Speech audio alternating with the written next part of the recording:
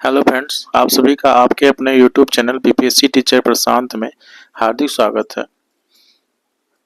Video को start करने से पहले मैं आपको कुछ बता देना चाहता हूं कि मैंने अपने चैनल के माध्यम से 25 जनवरी से ही बीपीएससी टीआरई 4 का बैच शुरू कर दिया है, जो कि फ्री ऑफ कॉस्ट है। और इसमें आपको जो 40 नंबर का जीएस पेपर आता है, जिसमें गणित, करेंट अफेयर और जीएस के प्रश्न होते हैं, उसकी तैयारी मैं करवाऊँगा, जो कि 1 to 5, 6 to 8, 9, 10, 11, 12 सभी के लिए कॉमन होगा।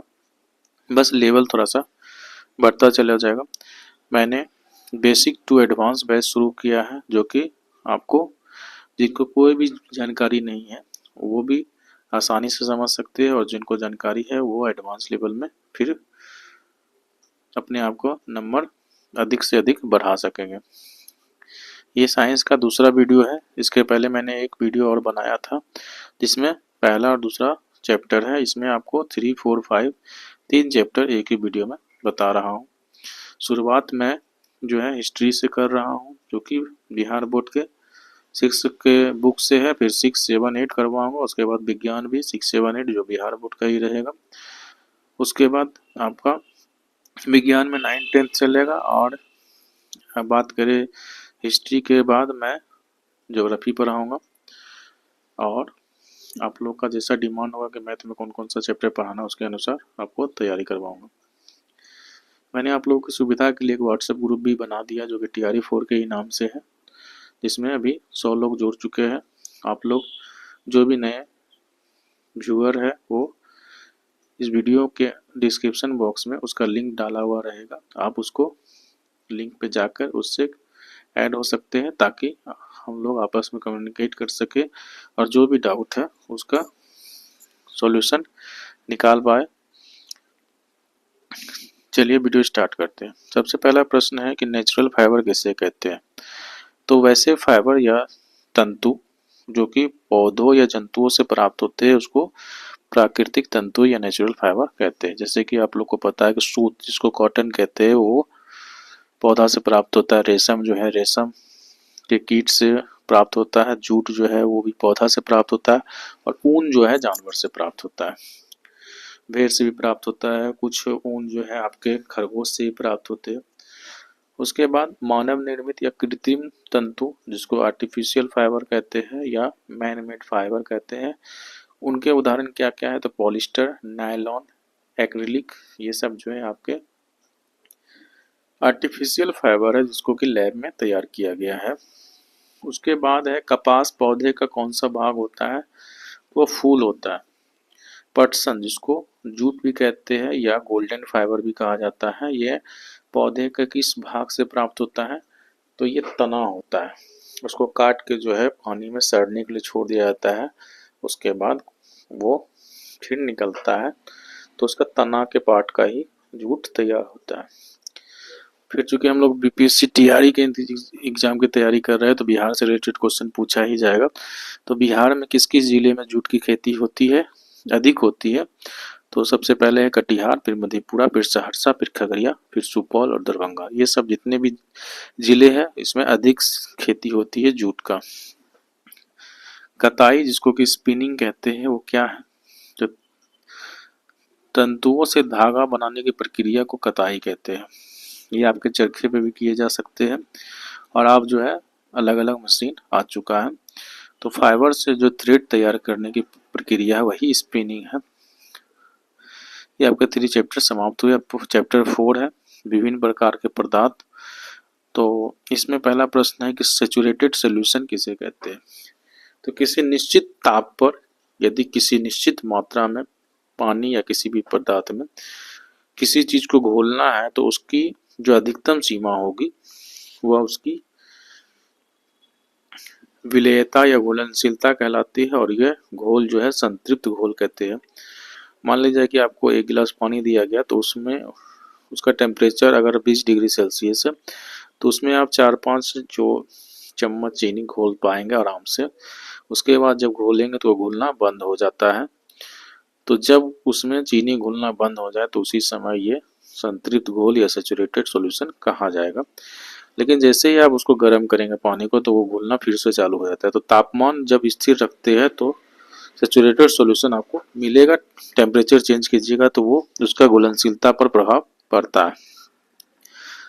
उसके बाद है पारदर्शी, पारभासी और अपारदर्शी। सबको आपको पता होगा, लेकिन चूंकि हम लोग बेसिक से पढ़ रहे हैं तो जिनको जानकारी नहीं है वो जान जाए। तो वैसे पदार्थ जिसके होकर जो है प्रकाश आर पार हो सकता है पूरी तरह से, उसको पारदर्शी कहते हैं, जैसे कि शीशा, साफ पानी। उसके बाद है पारभासी, तो जिससे होकर धुंधली दिखाई दे या थोड़ा थोड़ा ही प्रकाश पास करे तो उसको पारभासी पदार्थ कहते हैं। उसको इंग्लिश में ट्रांसल्यूसेंट कहेंगे। जैसे कि गंदा पानी, तेल लगा हुआ कागज, इससे आपको हल्का सा आर पार दिखाई देता है। अपारदर्शी जिसको ओपेक कहते हैं, तो इससे होकर जरा सा भी प्रकाश पार नहीं होगा या हम लोग आर पार नहीं देख सकते हैं, तो इसे ही अपारदर्शी पदार्थ कहते हैं। जैसे कि पत्थर हो गया, लकड़ी हो गया। अगला और अंतिम चैप्टर आज के इस वीडियो का कि पृथ्वीकरण, जिसको सेपरेशन कहते हैं। सेपरेशन करने की बहुत सारी प्रक्रिया होती है जो, लेकिन हम लोग सिर्फ इम्पोर्टेंट को देखेंगे। दौनी, जिसको थ्रेसिंग कहा जाता है, और जो भी खेत से जुड़े होंगे उनको पता होगा एक थ्रेसर मशीन आता है जो कि क्या करता है, आपके अनाज से डंठल को अलग करता है। तो जिस प्रक्रिया से जो है सूखी फसल के डंठलों से अनाज को अलग किया जाता है वो थ्रेसिंग कहलाता है, और मशीन का नाम भी थ्रेसिंग ही है। अगला है ओसाई, जिसको विनोइंग कहा जाता है। भारी पदार्थ में मिले हल्के पदार्थ को हवा की सहायता से अलग करने की प्रक्रिया को ओसाई कहते हैं। जैसे कि आपको पता होगा कि जो गेहूं में कुछ जो है छिलका वगैरह रह जाता है या चावल में ही रह जाता है भूसी, तो उसको हम लोग क्या करते हैं, ऊपर से सूप के द्वारा गिराते हैं ताकि जो है गेहूं या चावल एक जगह पर जमा हो जाए और बाकी जो छोटे छोटे कण है, हल्के कण है, वो हवा से उड़ के दूर चले जाए। तो इसी प्रक्रिया को विनोइंग कहा जाता है। अगला है फिल्टर पेपर। क्या है, तो फिल्टर पेपर एक ऐसा कागज होता है जिसमें अत्यंत छोटे छिद्र होते हैं, और इस छोटे छिद्र से जो है कोई भी ठोस कण पार नहीं हो सकता है।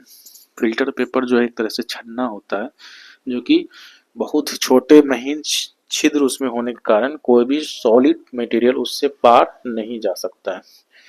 अगला और सबसे महत्वपूर्ण प्रश्न, क्रोमेटोग्राफी का उपयोग कहाँ कहाँ किया जाता है। तो क्रोमेटोग्राफी जो है सबसे पहले तो रंग का पता कर सकते हैं। दो अलग अलग रंग उसमें मिला है तो पता चल जाएगा कि कौन कौन सा रंग मिला हुआ है। उसके अलावा अलग अलग पदार्थ भी अगर मिले हुए तो पता चल जाएगा। उसके बाद पेड़ पौधे में जो पाए जाने वाली दवाइयाँ हैं या औषधीय गुण जो है उससे अलग करने के लिए भी इसका प्रयोग किया जाता है। रंग जो है फूलों में कौन कौन से रंग है उसकी भी जांच की जा सकती है। मिलावट किसी वस्तु में अगर है तो उसकी भी जांच इसी के द्वारा की जा सकती है। एक प्रश्न अगर आपसे पूछा जाए तो बहुत लोग जो है कंफ्यूज कर जाएंगे, लेकिन ये चूंकि आपके बिहार बोर्ड में डायरेक्ट क्वेश्चन इसलिए मैं बता रहा हूँ कि जब किसी बहुत कम मात्रा में, जब किसी मिश्रण में बहुत कम मात्रा में मिला हुआ कोई चीज हो और उसको मुझे अलग करना है तो किस विधि का प्रयोग सबसे बेहतर होगा। तो क्रोमेटोग्राफी का प्रयोग करके आप जो है बहुत बड़े चीज से छोटे चीज को अलग कर पाएंगे। और अंतिम प्रश्न, समुद्र के जल से नमक किस विधि द्वारा प्राप्त किया जाता है। तो वाष्पन के द्वारा, डिप्रेशन कहते हैं, उसके द्वारा आप नमक तैयार करते हैं। चूंकि आप लोगों को पता होगा कि समुद्र में जो है पानी नमकीन होता है, तो ये नमकीन होने के कारण क्या है कि उसमें सोडियम क्लोराइड बहुत अधिक मात्रा में घुले हुए है। तो समुद्र के किनारे पर जो है बड़े बड़े गड्ढे बना दिए जाते हैं जहाँ पर पानी जो है, चूंकि उनकी ज्वार भाटा के कारण पानी जो है लहर के साथ आगे की ओर आता है, तो पानी जो है उस गड्ढे में रुक जाएगा और धूप के कारण वो पानी धीरे धीरे वाष्पित होकर खत्म हो जाएगा और नीचे जो है सारा नमक बच जाता है। तो चूंकि ये नमक थोड़ा गंदा होता है तो वैसे इन नमक को वापस फैक्ट्री में ले जाकर साफ किया जाता है। तो ये, जिसको टेबल सॉल्ट भी कहते हैं या कॉमन सॉल्ट या ईडेबल सॉल्ट, जो कि NaCl होता है, सोडियम क्लोराइड, इसमें जो है कुछ मात्रा में आयोडीन मिलाकर पैक करके बेचा जाता है।